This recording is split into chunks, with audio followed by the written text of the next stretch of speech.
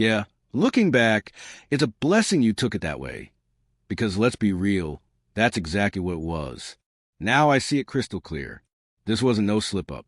It wasn't some innocent mix-up. This was straight-up intimidation. Maybe she didn't sit down at a desk with a pen, laughing like a Disney villain while mapping it out, but once she pulled that stunt, intent didn't even matter anymore. It was a loud, tacky power play with zero finesse. The type of move you only pull when your ego's driving the car and you've cut the brakes. What's up, y'all? Welcome back to the channel. Before we jump in, smash that like button, hit subscribe, and send this video to somebody who needs a fresh reason to side-eye their local mayor. Because today, we're talking about her, Miss Tiffany Super Mayor Henyard, Queen of Coachella cosplay, Empress of empty parking lots, the self-declared headliner of every event you didn't ask for. And trust me, this ride we're about to take, it goes off the rails quick. Buckle up, let's start with her events. Because baby, Tiffany throws them like she's headlining Lollapalooza. Lights, banners, sound systems, the whole circus setup. But the turnout? Straight up embarrassing. Even when she manages to rope in actual celebrities for her Taste of Thornton spectacle, guess how many people pulled up? 7. Not 70. Not 700. 7. And these weren't random folks. They were handpicked, probably begged. That's who felt the vibes. So when she hyped it up like it was going to be the social event of the year, it was giving delusional energy. Like somebody who already ate 3 plates, smashed dessert, and still hits a buffet like they're starving. That's Tiffany. Starving for attention reality refuses to give her. In her own mind, she's legendary. But in the real world, she's a walking meme. She thought she was coasting toward another political win, and instead, she got washed. Not close. A landslide loss. And then came the ultimate stunt.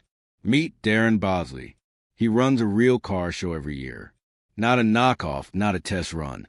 A legit event with history, roots, and a crowd that actually shows up. Why? Because Tiffany's never touched it. But this time, she decided to hijack it. Block permits. Told folks to ditch his event and come to hers instead. The whole game plan? Steal the shine and slap her name on the credit. A classic Tiffany special, originality. 0. Ego. Maxed out.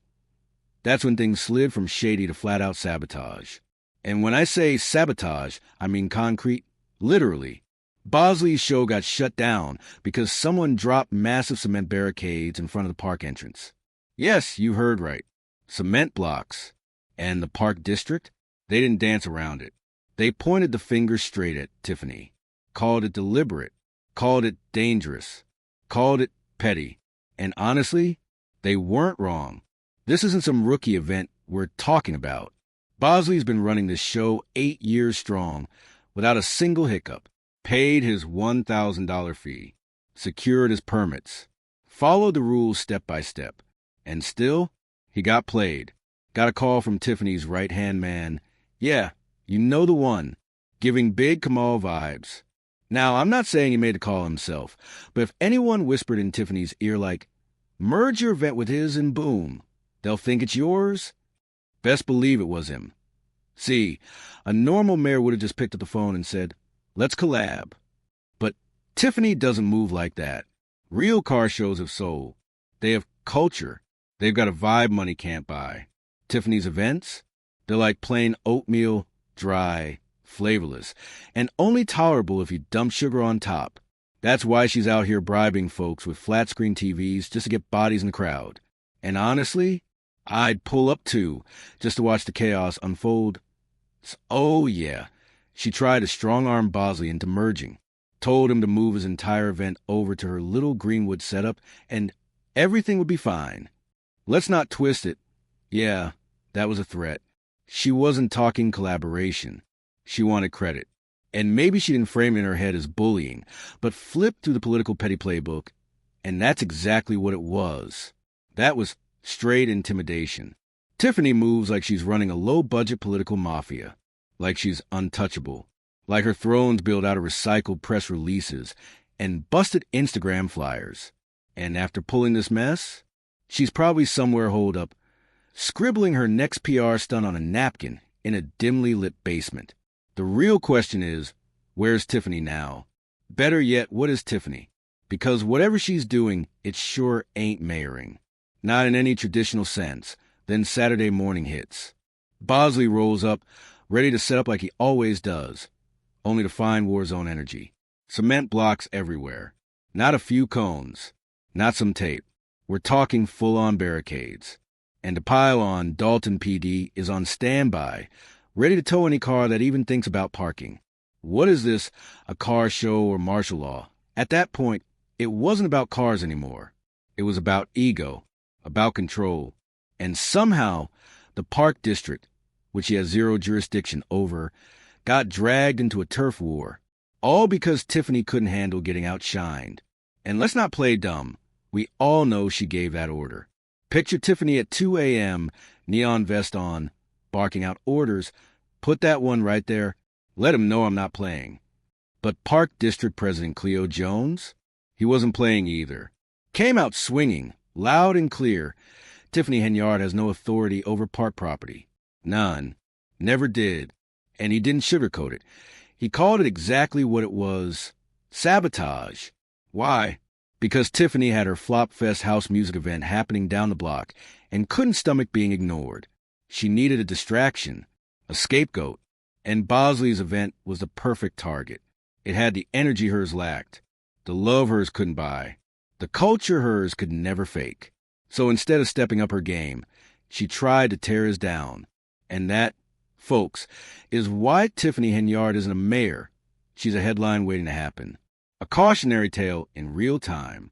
A flashing red warning sign for every community that thinks ego and power can mix. And here's the sting. It never even had to be this way. Tiffany could have switched the date, played it cool, or even teamed up with Bosley to throw the biggest event the city had seen.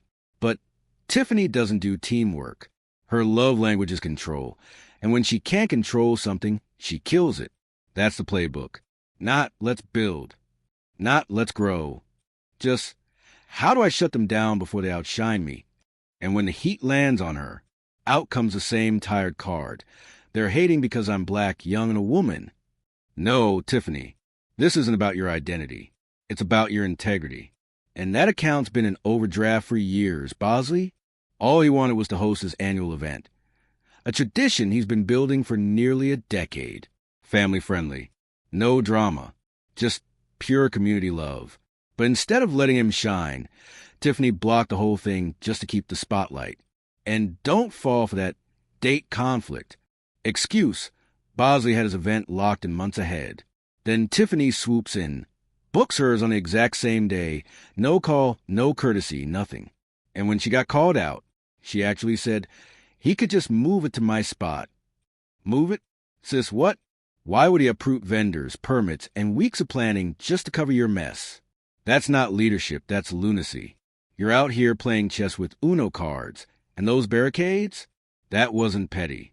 That was power abuse in real time. Weaponizing city resources to sabotage your own people. That's not a flex. That's a red flag.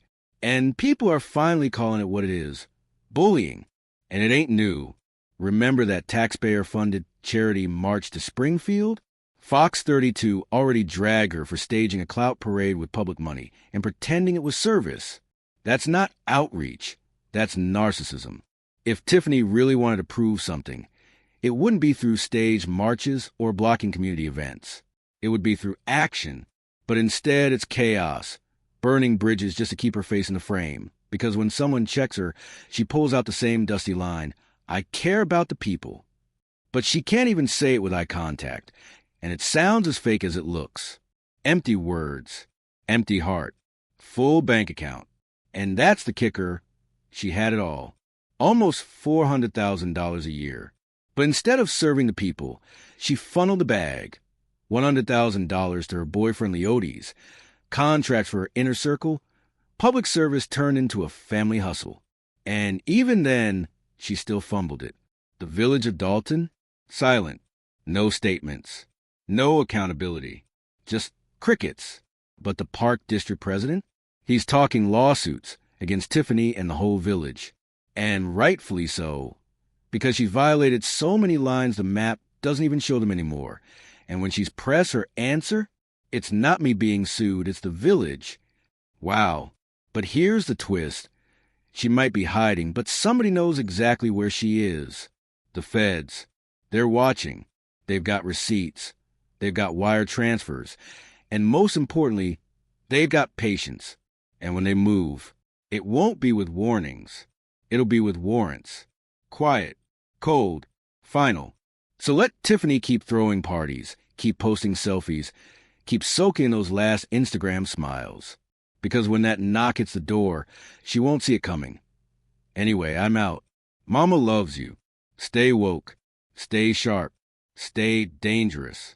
Peace.